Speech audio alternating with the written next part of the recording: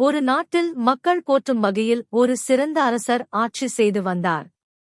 அந்த நாட்டில் வாழ்ந்த ஒருவன் வேலை விஷயமாக பக்கத்து ஊருக்கு பயணம் மேற்கொண்டான். வெயில் சுட்டெரித்த அந்த பயணத்தில் அவனுக்கு கடும் தாகம் எடுத்தது.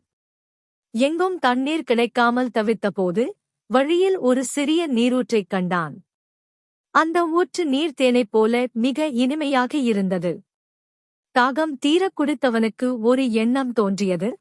இவ்வளவு சுவையான நீரை நம் அரசர் இதுவரை குடித்திருக்க மாட்டார், அவருக்கு இதை எடுத்துச் செல்ல வேண்டும்.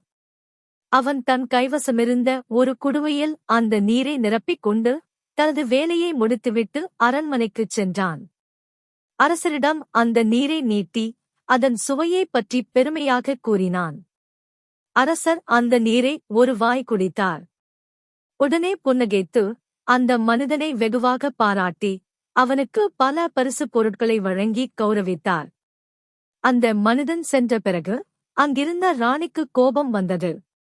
அரசே, அந்த சாதாரண மனிதன் கொண்டு வந்த நீரை நீங்கள் மட்டும் குடித்தீர்கள், எனக்கு ஒரு துளி கூட தரவில்லையே என்று கேட்டார்.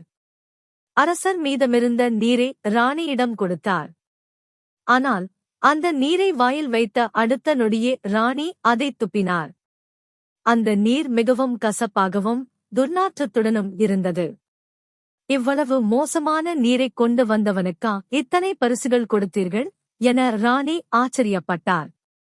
அன்பே, அவன் அந்த நீரூற்றிலிருந்து நீரை எடுத்தபோது அது தேனாகத்தான் இருந்திருக்கும்.